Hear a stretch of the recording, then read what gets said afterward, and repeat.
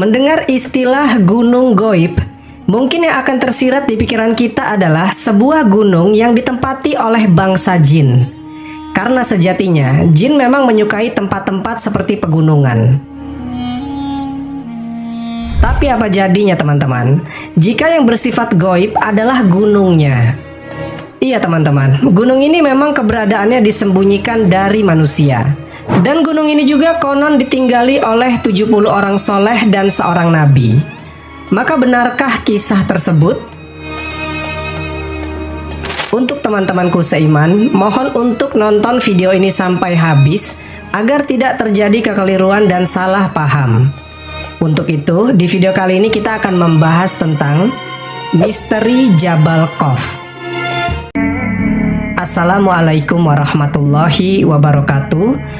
Semoga kita selalu dalam keadaan sehat walafiat. Amin ya rabbal alamin. Konon ada yang bilang gunung atau Jabal Qaf ini adalah gunung terbesar di dunia dan merupakan induknya para gunung yang ada di seluruh muka bumi, di mana gunung-gunung lain adalah urat-uratnya. Rasulullah Shallallahu Alaihi Wasallam bersabda, sesungguhnya di balik gunung Qaf terdapat sebidang tanah putih yang tiada tumbuhannya. Luas tanah itu seperti luas dunia 7 kali. Di situ penuh sesak dengan malaikat, sehingga andai kata sebuah jarum dijatuhkan dari atas, niscaya terjatuh di atas salah satu dari mereka. Tiap-tiap tangan mereka memegang bendera yang panjangnya 60 farsakh. Tiap bendera tulisannya La ilaha illallah Muhammadur Rasulullah. Tiap malam Jumat, mereka berkumpul di sekeliling gunung itu untuk merendahkan diri kepada Allah Subhanahu wa Ta'ala dan memohon keselamatan buat umat Muhammad Sallallahu Alaihi Wasallam. Jika fajar subuh sudah terbit, mereka berdoa, "Ya Allah, ampunilah orang yang mandi hari Jumat dan yang sedang menghadiri Jumat." Mereka berdoa dengan suara tangis dan keras. Lalu Allah Subhanahu wa Ta'ala berfirman, "Hai malaikatku, apa yang kalian kehendaki?" Mereka menjawab, "Kami berkehendak engkau mau mengampuni dosa umat Muhammad Sallallahu Alaihi Wasallam." Allah Subhanahu wa Ta'ala berfirman, "Aku telah mengampuni mereka."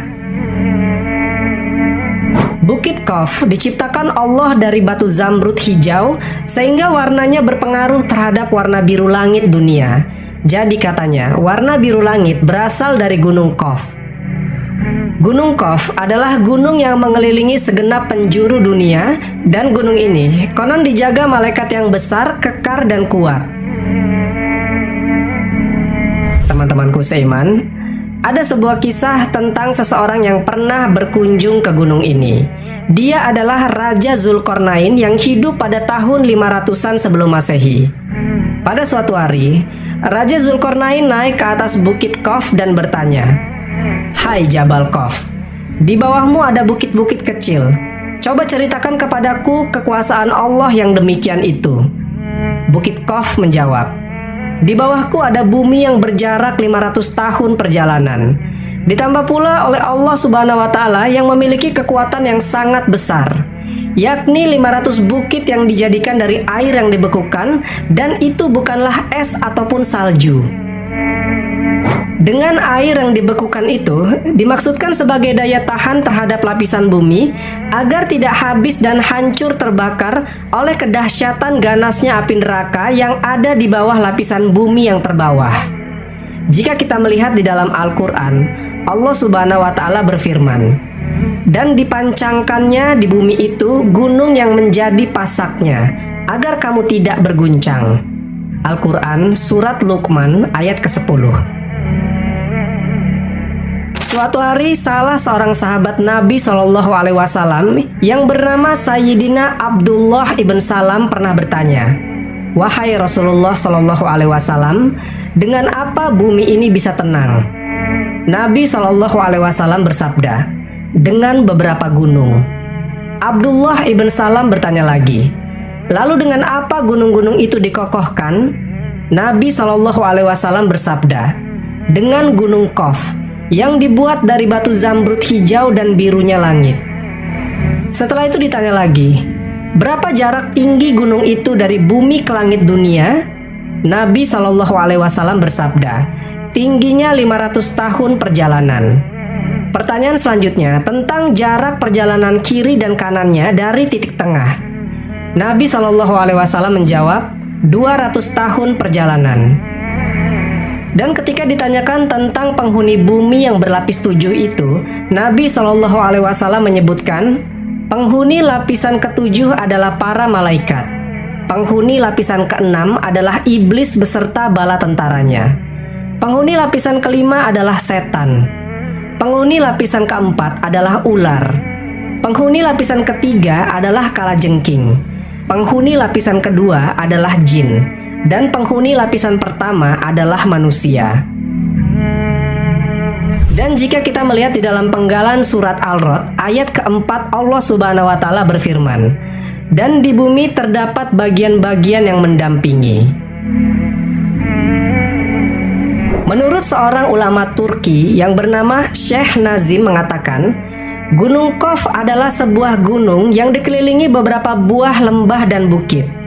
Gunung ini terletak di antara daerah Yordania dan Arab Saudi. Ada juga yang mengatakan kalau gunung ini terletak di daerah Yaman. Bahkan, ada juga yang mengatakan Gunung Qaf berada di sebelum Persia, dekat tembok Ya'juj dan Ma'juj.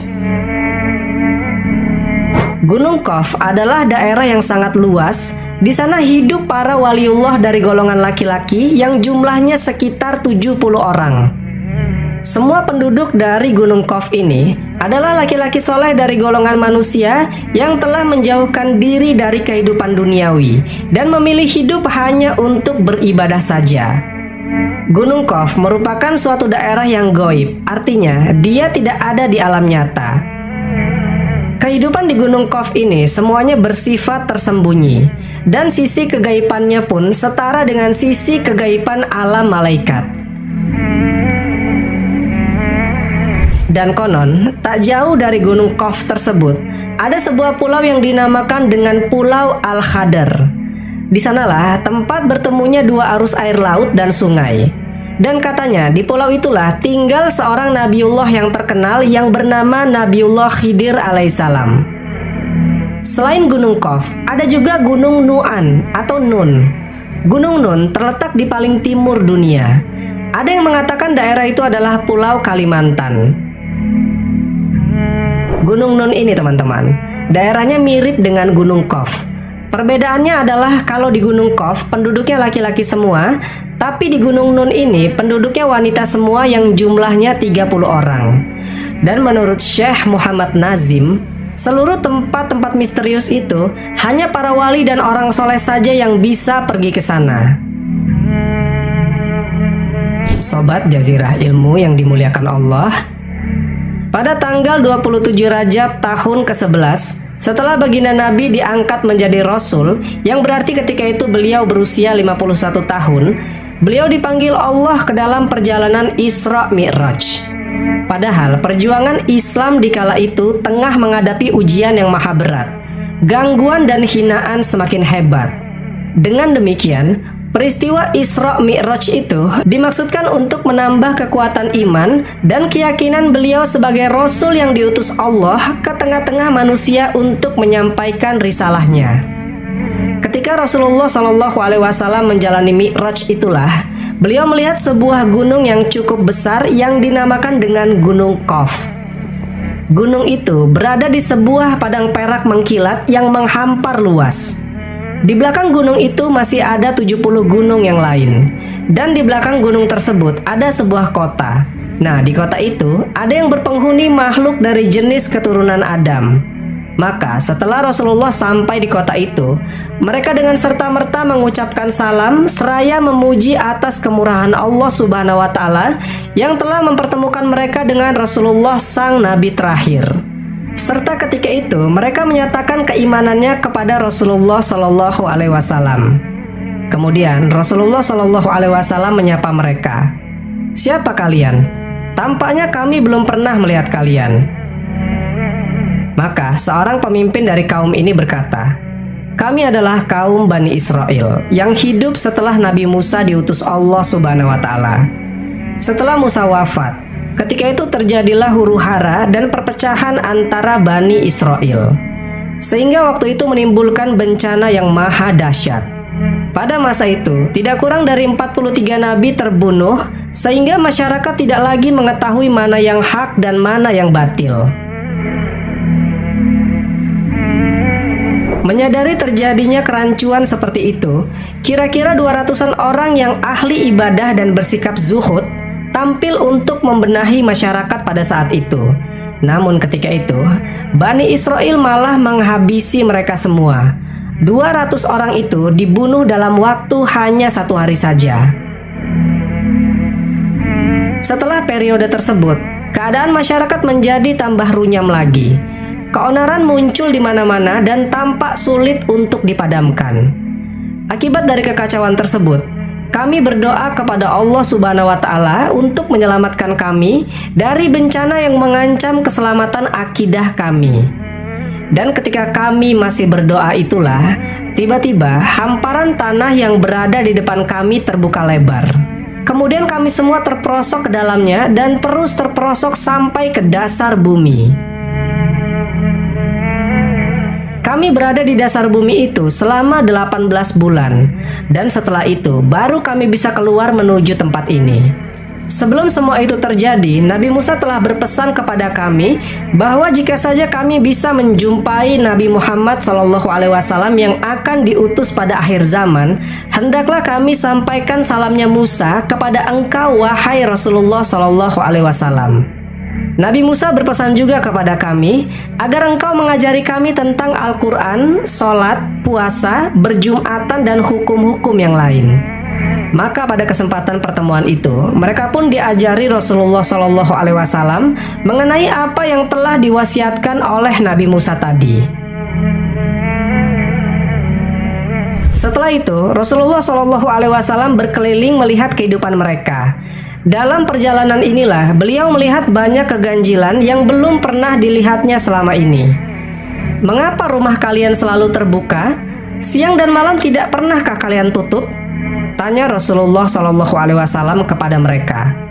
Wahai Rasulullah, kami adalah kaum yang sangat aman. Tidak pernah terjadi keributan sama sekali, baik mengenai harta ataupun yang lain. Dengan demikian, kami tidak perlu memerlukan penjaga keamanan. Begitu jawaban mereka. Mengapa semua rumah kalian tertata rapi dan semua rumah memiliki tipe dan ukuran yang sama? Tanya Rasulullah lagi. Masyarakat di sini merupakan komunitas satu hati. Duduk pun sama rendah dan berdiri sama tinggi. Berat sama dipikul dan ringan sama dijinjing. Tidak seperti rumah-rumah yang ada di dunia. Walaupun punya tipe yang sama, namun seringkali terjadi kekacauan. Sebab hati mereka lah yang sangat serakah dan menggandrungi dunia. Mengapa pula masjid kalian begitu jauh dari perumahan? Tanya Rasulullah SAW lagi. Itu semua untuk menambah pahala kami, di mana seseorang yang berangkat ke masjid dari tempat yang jauh, maka pahalanya akan melebihi mereka yang berada di dekat masjid. Itulah tujuan kami, wahai Rasulullah SAW, jawab masyarakat itu. Mengapa jika saja terdapat salah satu anggota keluarga yang meninggal, mereka selalu dikuburkan di depan rumah? Tanya Rasulullah SAW. Itu karena untuk mempermudah kami untuk selalu ingat terhadap maut yang selalu mengintai setiap waktu. Begitu jawab mereka. Mengapa kulihat kalian tak pernah tertawa? Tanya Rasulullah SAW lagi. Sikap yang demikian itu tiada lain karena kebanyakan tertawa akan membuat hati kami menjadi keras, sehingga lama-kelamaan akan tertutup hidayah. Jawab masyarakat di kota itu. Apakah salah seorang di antara kalian ada yang pernah mengalami sakit? Rasulullah SAW bertanya kembali. Sakit merupakan penghapus terhadap dosa. Padahal komunitas kami tidak mengenal dosa dan tidak pula pernah melakukannya. Dengan demikian, kami tidak pernah mengalami sakit. Jawab mereka. Lalu apakah kalian bercocok tanam di sini? Tanya Rasulullah SAW. Benar, Kami juga bercocok tanam di sini. Namun setelah itu kami serahkan saja kepada Allah Subhanahu wa Ta'ala sampai datangnya hari panen. Dan ketika panen itulah kami berkumpul bersama untuk mengambil sebahagian kecil dari panenan itu. Kemudian kami biarkan saja sisanya yang tertinggal lebih banyak, jawab mereka lagi. Kemudian, apakah kalian memiliki binatang ternak? Tanya Rasulullah SAW lagi. Benar, kami pun di sini beternak. Tapi seluruh binatang ternak kami selalu berada di padang Sahara. Hanya saja, jika kami memerlukan 1-2 hewan ternak itu, kami langsung mengambil seperlunya. Kemudian sebagian besar dari hewan-hewan itu kami tinggalkan begitu saja di sana, jawab mereka. Aku perhatikan kenapa wajah-wajah kalian terlihat pucat? Tanya Rasulullah SAW. Itu semua karena kami ini takut sekali atas kematian.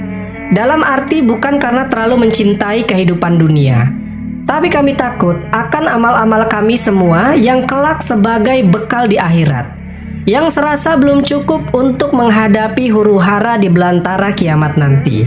Begitu kata mereka.